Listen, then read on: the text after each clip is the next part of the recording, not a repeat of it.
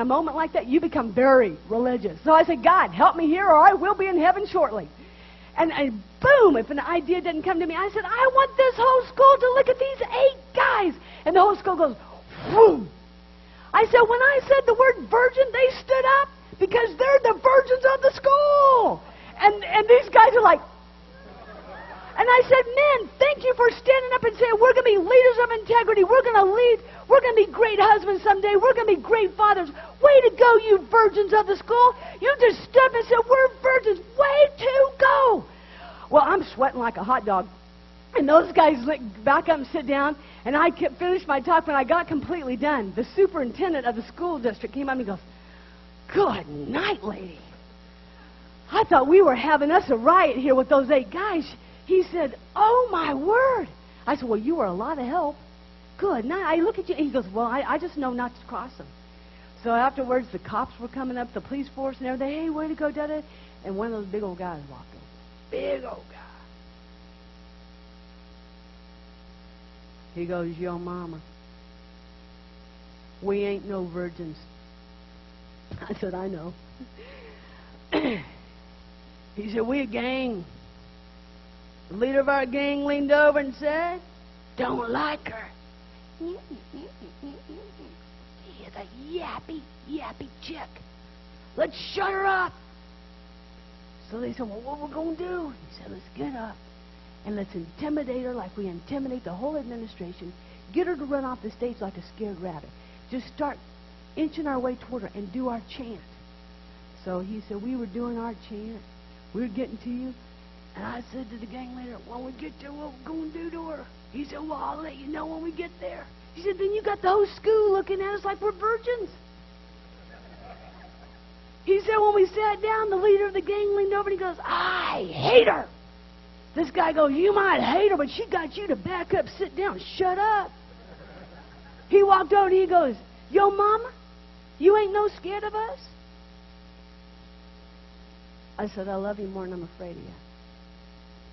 He said, well, let me tell you something. I'm risking it here because my homeboys and all, they don't want me talking to you.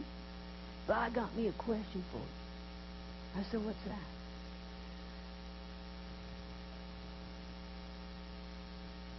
You think somebody like me? You see me here? I said, I see you there. You think someone like me could be a leader in this country? I said, I'm so convinced of it. I'm giving my life to it.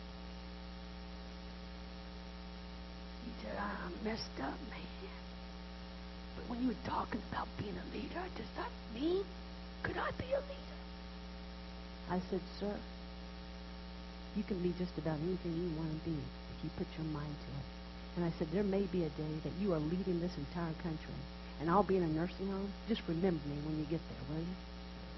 He said, all I know is we might not agree with what you've got to say, and there's a bunch of my gang members that hate you. All I know is they ain't coming up here to talk to you because they're scared of you. When I walked out, the principal said, our school needs help. And I went from school to school to school. And one of the principals came up to me afterwards, and I was on my way out, had just finished an assembly. He said, I'd like to talk to you, Miss Salierno. His student body was so great. I said, okay. I said, I'm about ready to catch a plane.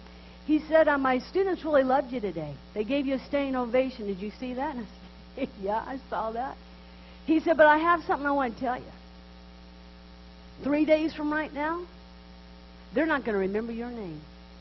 You came in, you did your little dog and pony show, and they all did this, and everybody got euphoric, and everybody's hyper, but you're going away, and 3 days later, I can tell you, I can go into my student body, and not one of them is going to remember your name. So let me just tell you something. You aren't making a difference if you think you are. Well, and I like you too, sir. I said, really? He said, you're not making a difference. He said, you come in, and you get us all motivated, and then you leave. He said, you know, I got a challenge for you. I said, what's that? He said, go and develop something that shapes the culture of the school, that's in the school, in the courts, for the long haul. And if you can, have it be in such a way that it deals with the way they think, deals with the way they feel, and deals with the way they behave, and transform that person so that the culture of the school is transformed. And if you can, get the community to be part of it. He said, we're in here and we're desperately in need of something positive for these schools. Why don't you develop something that can come into the schools, stay in the schools, shape the culture, help us administrators, and make responsible citizens out of these ornery, at-risk kids? And then maybe you'll make a difference. He said, because a standing ovation doesn't even last 3 minutes. But a transformed life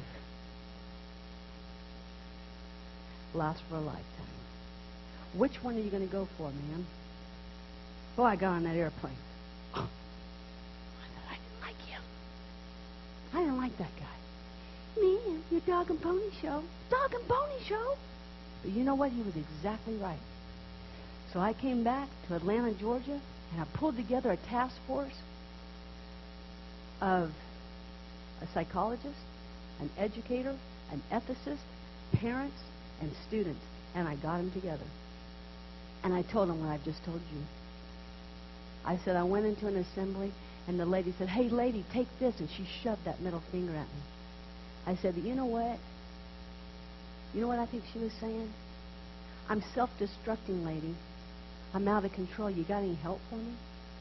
Hey, Mama, what you doing after the assembly? Because my two friends and I, we want to do you. I said, you know what they were really saying to me? We're bored. We don't have direction. We have no vision. You got anything for us? And then those guys inching their way toward me. You know what I'm interpreting that to say? We don't want you to be interpreting. We want no one to be intimidated by us. We want someone to lead us. Give us something like that. I said, those kids were begging for help because they didn't know me well enough to hate me. And so that task force in 1996 came together, and by 1999, we had developed Teach One to Lead One, which teaches 10 universal principles: respect, integrity, self-control, compassion, courage, humility, honor, enthusiasm, excellence, and teamwork. And those 10 traits, with their corresponding leadership and life skills, we began to take that in, and we would teach those truths, but we didn't teach it as if it was a curriculum. We brought it in where mentors would take that, and they would mentor them. I said, when you take a truth that guides people, and you do it in a mentoring relationship, and you fill it with celebration and excitement, transformation can begin to take place. But you know what? We couldn't find people in the community who wanted to go in. They were afraid, or they were too preoccupied. But pretty soon we found a few people. We went into the high school, and we tried it out. What are the results? Over the last several years, 18% of the kids who have gone through Teach One to Lead One, who said before they took the class, it is okay to turn a blind eye to someone that is bullying another kid and don't get involved. At the end of a 16-week Teach One to Lead One, they said, we will no longer turn a blind eye. We, in fact, will go and get involved and help that situation. After 16 weeks of mentors coming into their classroom, 18% of them said, we're changing our mind. We're doing it differently. 21% of the kids who said it was okay to drink and drive at the same time after 16 weeks said, we're not going to do that anymore. That's not responsible, and that's not leadership, and that's not good character. 23% of them said, we're not going to be part. Well, they thought before the program it was okay to be a part of illegal action and drugs. At the end of the program said, we will not be a part of illegal drugs. Had nothing to do with it. 23% of the kids who said it was okay said, we changed our mind. 16 weeks, 4 months. People in the community coming in and saying, we're mentoring you. You know, the mentors are not saying they're perfect. They're just saying, we care about you. Let's together learn, what does it mean to be a responsible citizen? What does it mean to contribute back to our culture and to our society and make it worth something for our children and our grandchildren? Abel Gavon is the fourth of 4 children. He's the second oldest. His mom working 2 jobs to put a roof over their head and food on their plate. His dad, he doesn't have a clue. In fact, I don't think he knows his dad. In 7th grade, the only person he had in his life was his grandma. And after school, he'd go over to his grandma. Those of you who are grandparents, I want to tell you something. You're one of the most powerful voices in a young person's life is a grandparent. You got a generation between you, and for whatever reason, they can handle it from you a little bit better than mom and dad. You're powerful as a grandparent. But his grandma died in 7th grade, his 7th grade year. He got so disillusioned because he had no one else that cared about him. He went from the traditional school. His grades went so far down, he went into the alternative school. He shows up at the alternative school with a knife and scares the teacher. They kick him out of the alternative school and they put him in independent study. But because Abel Gavarn has no one at home to oversee him, he's 14 years old, he has a 1.9 GPA, he's 25 credits behind, and he is completely dropped out of school. My question is, who's he going to become? Where's he going to go? What's going to happen to him? Because when you're 14, you have no goals, you have no role models, you have no boundaries. It's very, very scary. So you know what Abel did? He found some other 14-year-olds that were in the same situation. They were so scared that they began to drink and they began to smoke to numb the fear. And when they began drinking and smoking, it made them feel invincible. So you know what they said? Let's just paint graffiti all over the walls of this city. So they painted graffiti all over the walls of the city. After a while, that bored them. So they started hot wiring cars. They loved it. Drinking, smoking, graffiti. 14-year-olds, not even in 9th grade, barely.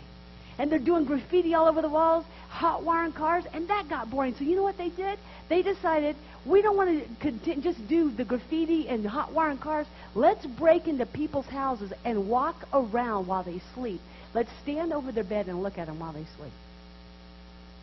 And they loved it. They said it was a great rush for them to break into people's houses and be there while the people were sleeping. Someone in that community got Abel Gavan back into an alternative school where our Teach One to Lead One program was. And I called Abel Gavan, and this is what he told me. I went back to school, and one of the kids said, you get into a class where the teacher don't yell at you, they don't give you papers, and you have no tests. He said, sign me up. He said, I went to that class, and they're right. There was no papers, there was no tests, but there was a homework of a different kind. He said, all of a sudden, they were telling me how to be a man of respect and honor. He said, within 2 weeks, lady, I want to tell you something. I stopped smoking, I stopped drinking. You want to know why? I said, why? Because I'm supposed to be a role model to my nephews and nieces. How can I do that if I'm stoned out of my head and drunk? 2 weeks. He said, then I told my gang, hey, I'm not doing the graffiti thing anymore. And I'm not hot wiring and breaking into people's houses. He said, within 1 semester, my grade point average went from 1.9 to 3.5. He said, lady, I don't know who you are. And I know you want to impact a whole entire generation. But here's what I want to tell you. Whether you reach all the other kids, you reach me. I'm the first one in my family line to graduate from high school. I'm going to college, and get this, they just elected me on the leadership board of the Chicano Youth Board. That's me, man.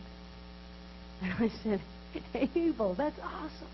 He said, it was that Teach One to Lead One stuff, man. It messes with your brain. Makes you want to do things differently, man. He graduated from high school, went to college to be a nurse. 4, maybe 5 years later, we get an